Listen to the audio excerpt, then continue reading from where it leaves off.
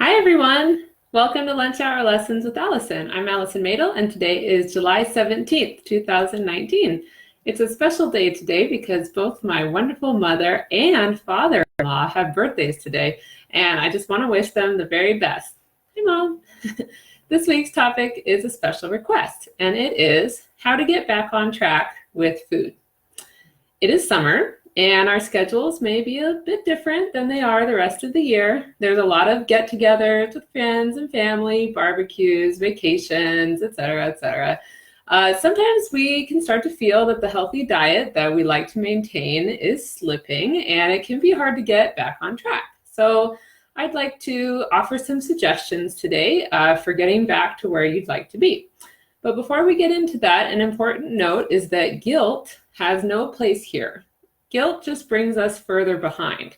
I do teach a group nutrition class called Restart, and they have a rule that says, whatever I eat, I choose it consciously, I enjoy it thoroughly, and then I let it go. And that's a really important rule. So keeping that in mind, here are my top 5 suggestions for getting back on track. The first one is the heavy hitter, and this is more of a long-term strategy, so it's not a quick fix. And it is to get educated. It's to know why you don't eat certain foods and be able to explain why other foods are better choices. Know the long-term damage that particular foods can have on your particular body. This is what works for me more than anything else, and it is bio-individual. So everybody has certain foods that work for them that may not work for others. It may seem kind of negative to start with this suggestion of knowing how damaging certain foods are, but I do feel that there has to be a higher purpose to my decisions than just knowing that if I eat this, I might get fat, or I might have a stuffy nose, or my joints might hurt the next day. We're all really good at putting up with a lot of discomfort, actually. And if joint pain, for example, is one of my particular health challenges, it's just not scary enough to think that a certain food that I eat one day may cause joint pain the next day, because lots of things cause my joint pain and I'm used to the pain and it doesn't feel good, but it isn't the end of the world and there's always tomorrow to try something else. So it doesn't really help me to make conscious, good decisions all the time. Instead, if you're truly educated, you may know, as I do, that something called glyphosate, which is like under the brand name Roundup, it's a weed killer, it's sprayed on wheat and corn and soy and other fruits and vegetables, and it's highly toxic and it causes cancer. And knowing that helps me to make good choices more consistently. For example, if a food is organic, I know that it isn't sprayed with glyphosate. So if I'm at a restaurant and if I'm not sure if the bread is organic or not, I have an easier time making the decision not to eat it. And sometimes I do eat it. And in those cases, I employ the restart rule, where I make conscious choices and then I let them go, because I know that my body can handle a little bit of toxic exposure once in a while.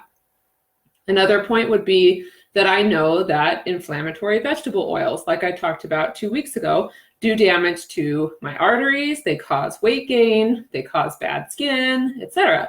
So they basically gross me out, and that makes me less likely to want to eat out at restaurants a lot, because that's what all the food is cooked in.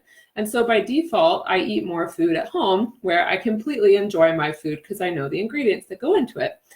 Diet change will become an actual lifestyle change if I know why it's better on a deep level.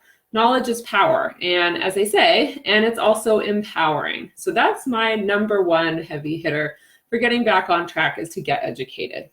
Number 2 is to practice making good habits. I talked about how to create a new habit in one of my previous lunch hour lessons, so you should go check that one out.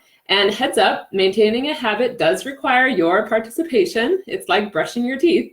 Would you ever go a week without brushing your teeth and then just say, oh, well, that's one more day of no teeth brushing. Oh, I'll get back to it eventually when I can. No, that would be gross. And it has to be something like that you equate to teeth brushing as the new habit that you're going to keep maintaining. If you're not absolutely convinced that a particular dietary change is an important thing to do for your health, and if you haven't made it a non-negotiable change like teeth brushing, that it's just something that's going to come and go and it's not going to stick. Number 3, probably the easiest way to get back on track is to do intermittent fasting. I did talk about that back in May, so you can also go look at that lunch hour lesson. Intermittent fasting is great because it isn't something that you have to eat or do. It's something that you just have to not eat for a particular period of time. So that's a good one. Number 4 is to cut out sugar. If you want to get back on track quickly, sugar is the first target that you want to go for. You got to read labels obsessively. Anything with a sweet taste has to go, even fruits. You can reset your sweet tooth this way, and soon the things that you crave won't hold such a draw anymore. And this was my very first lunch hour lesson called The Problem with Added Sugar. And 5, make time for meal prep. So you got to schedule it into your calendar. So choose a day to do meal prep, like a Saturday or Sunday or a Wednesday, whenever fits into your schedule, and choose 2 large batch meals that you'll make each week that you can reheat for leftovers. You're more likely to grab meals and snacks when they're already made and ready to go. That is all the time we have for today. Be sure to tell a friend this week's lunch hour lesson, which is get educated to make your ideal food lifestyle stick. Again, get educated to make your ideal food lifestyle stick. Like my page to get the weekend tip that comes out on Saturdays, and I'll see you next week. Bye for now.